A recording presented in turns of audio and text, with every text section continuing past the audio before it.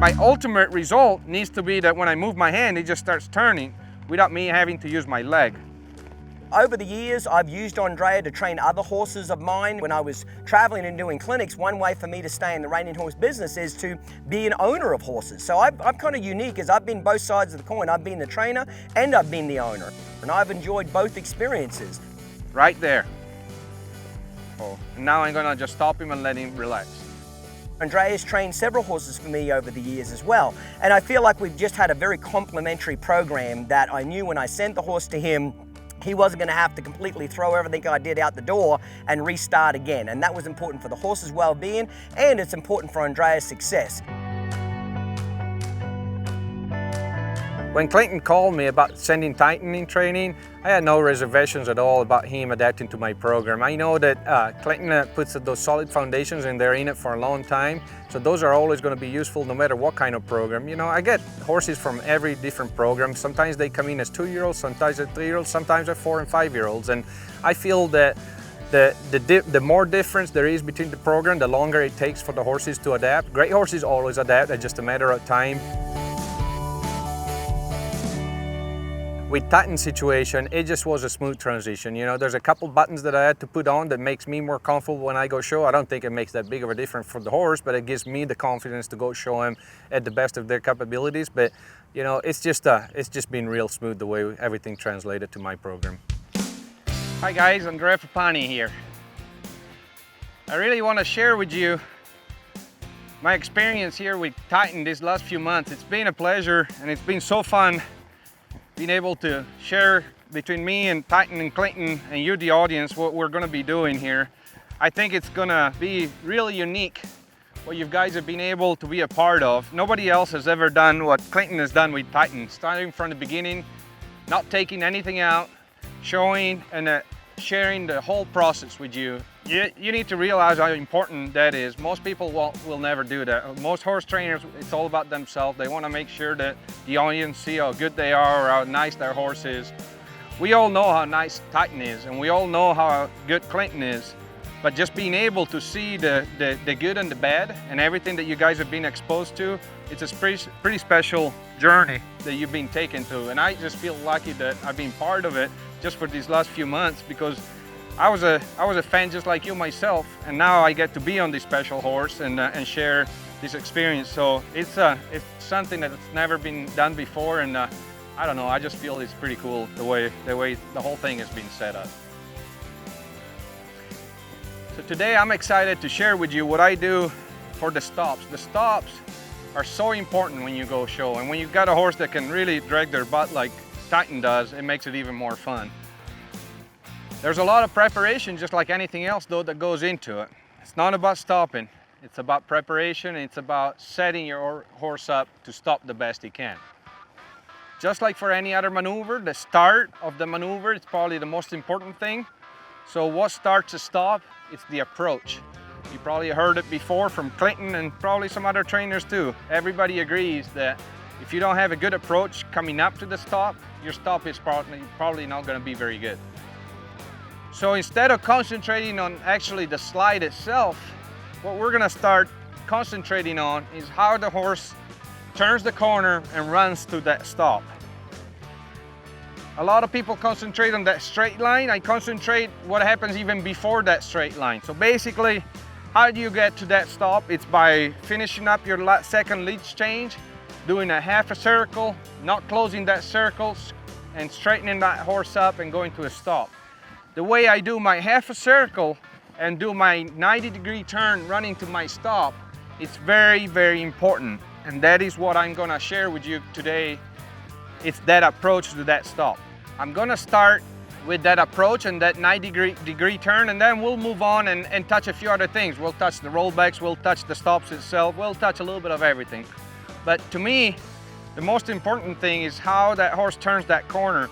Because there's different ways of how that horse can turn that I feel that are gonna affect the way he's gonna be able to run to his stop. The main difference that I want you guys to be aware of is that whenever my horse is circling, I want his body in a circle also, meaning that I want his whole body to follow his nose in an arc. When I'm doing the approach to the stop, I want that horse as straight as possible. So I'm gonna start that body position, meaning that he's straight all the way back from that half a circle and then the turn. So we're not gonna turn and make the horse turn all curled up to where his body is bent, because it's gonna take me too long after I turn him to straighten him up. And by the time I get to approach the speed to get to that stop, I may already be down the pen. I wanna be able to turn that horse and within 2 strides, have him set in a position that I'm happy with going down the pen. So I'm gonna show you guys first what I'm gonna do in order to turn that horse correctly. After that lead change, let's say that we've changed leads in the center of the arena. Now we're on the left lead and we're gonna go do our first stop on the left lead on the side of the pen. Right after that lead change, I'm gonna stay slow. If I was going fast before that lead change, I gradually slow my speed down. But by the time I get to my first corner down the pen, I need to be at a slow speed, because we're gonna start that rundown at a slow speed.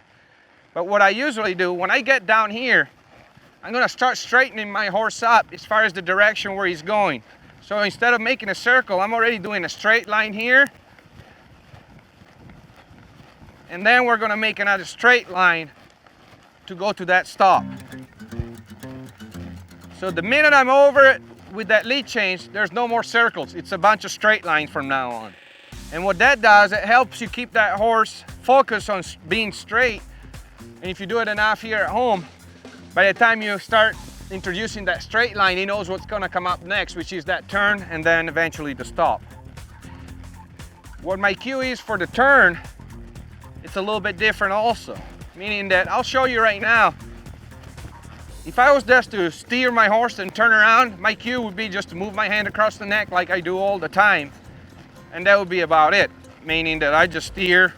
But see how long it's taking this horse to really get straight? I'm only straight here. I want to be straight way back there.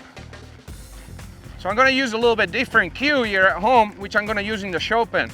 I'm going to introduce coming back to me as I steer, and I'm going to use my outside leg to straighten the horse's body up. So I'm going straight here. My left hand comes back to me a little bit more, and I've got my outside leg almost side passing the horse, and I'm exaggerating it here now so that you can kind of see it. It's going to be a lot more gradual, but what that does, it's engaging that hip and making sure that everything is straight, and that horse is going to be pushing from behind as he comes out of that corner. I want him really strong underneath him, because that's what I'm going to ask him to do, to be really strong underneath him when he's stopping. So here again, I'm going to be a little more gradual now. We're going to steer, come up, body straight, and now I look up and I'm ready to go stop. So that corner is real important, the way you do it. You don't have to do it very drastic, but I think that if you touch a little bit of that outside leg and get your horse coming out strong and straight, it's going to be a lot better. Once again, I'll show you the difference. You saw what I did the last couple times. Look, if I don't use my outside leg and I just steer my horse, see how long it's taking him? And then here I've got his belly out here, and now I got him straight, and it took way too long. In a small arena, you're not gonna have that much space. That is the first thing that I approach. What comes after that, it's obviously the real approach to that stop, and that's what we're gonna be working on next.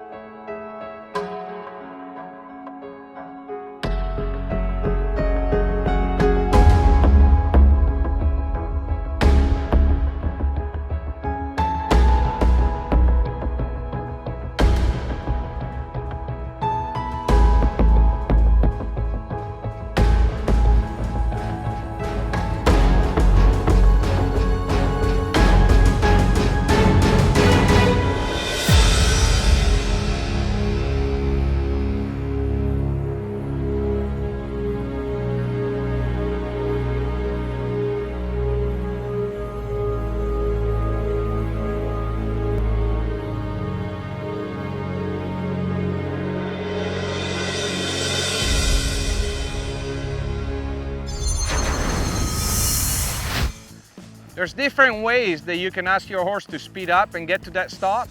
I'm gonna show you my way.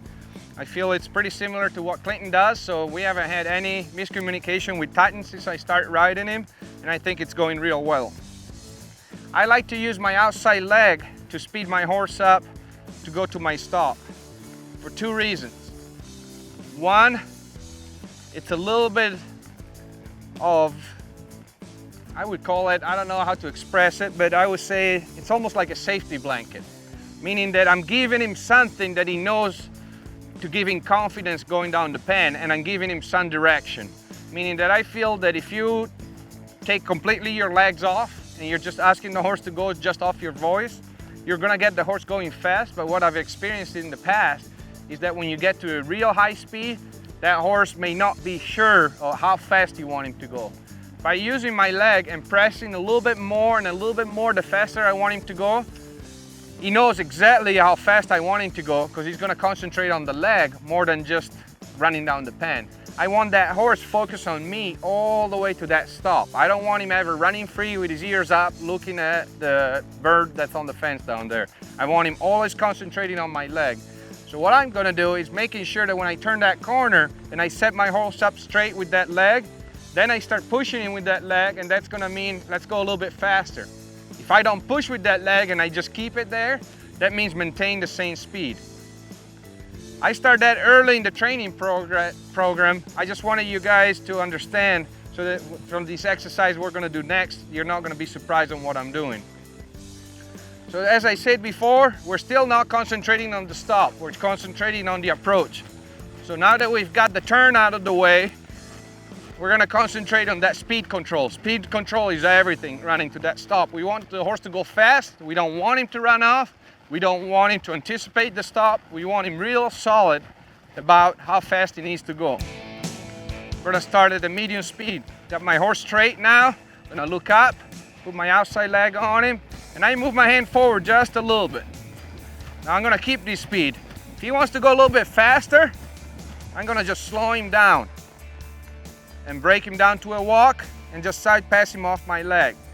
That reminds him that he needs to concentrate on that leg. After I break him down, I put that leg into his brain and say, hey, think about this leg. Think about how much I'm pressing.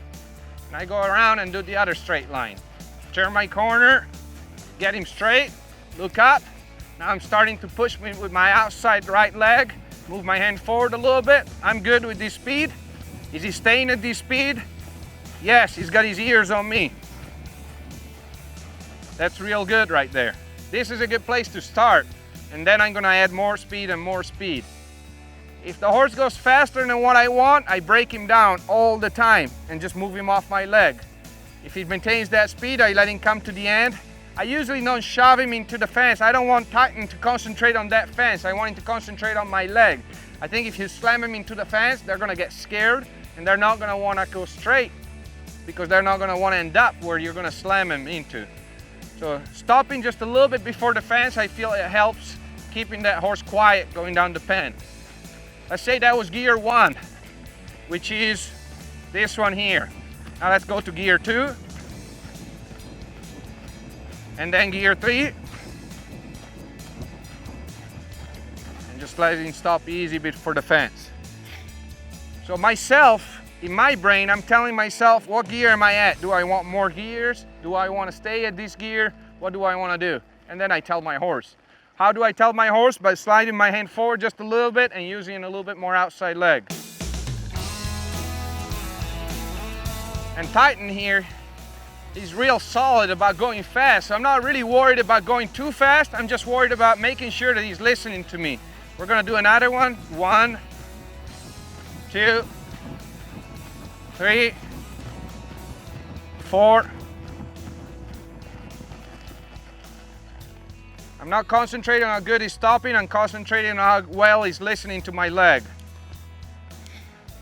What I'm gonna be doing next is testing if he's really listening to me, because if you only go fast and you just keep going faster and faster, you're not sure what's gonna happen if you actually wanna not go so fast and go a little bit slower. So what I'm gonna do next with Titan is get to, let's say, maybe 3rd gear, and then slowly taking my leg off and asking him to slow down a little bit. By taking my leg off, he's supposed to come back to me and slow down. which you probably won't do because we've been running him a couple times, and that'll be a good opportunity. 1, 2, 3. I'm taking slowly my leg off. Well, he actually did come back. That was exactly what I wanted. The only thing I didn't like is that when I took my leg off, he kind of pushed out on me, so that's why I'm sliding him back in and getting him off my leg. When he slows down, he needs to maintain the same position. I don't want him slowing down and kicking out behind with his rib cage. Sometimes I may just turn the corner and not even ask for any gears at all, just stay neutral. So I'm gonna turn the corner, get him straight, put my hand down, look up, but don't ask for any speed.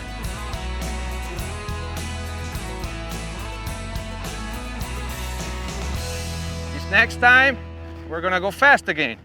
And by alternating speed, you're gonna make sure that that horse is always paying attention to you. Turn the corner, outside leg to get him straight, look up, 1, 2, 3, 4. Real good. I was real happy with the way he ran there. And what I mean by that is that the whole time I was coming down the pen, I felt that Titan was focused on me. He wasn't focused on the fence, he wasn't focused on leaning, he wasn't anticipating the stop. All he was doing is paying attention to me. If you've got the horse's full attention going down the pen and concentrating on you, half of the job is already done there. You've done the job of teaching him how to stop. Now you got to put him in the best position possible for him to stop. What is the best position? It's reaching forward, not running off, keeping his shoulders up, push him strong from behind, and that's going to take care of it.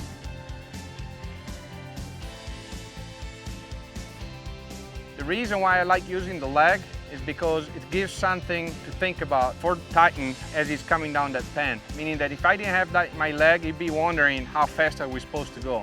By using my leg, he doesn't have to wonder. All he has to do is listening. I don't want my horses ever wondering what I want him to do. I want him to be 100% sure of what I'm asking him to do. Hey mate, I hope you're enjoying the YouTube series of Titan. Make sure you subscribe to our YouTube channel so you get weekly updates on where Titan and Andrea Fapani's training's going.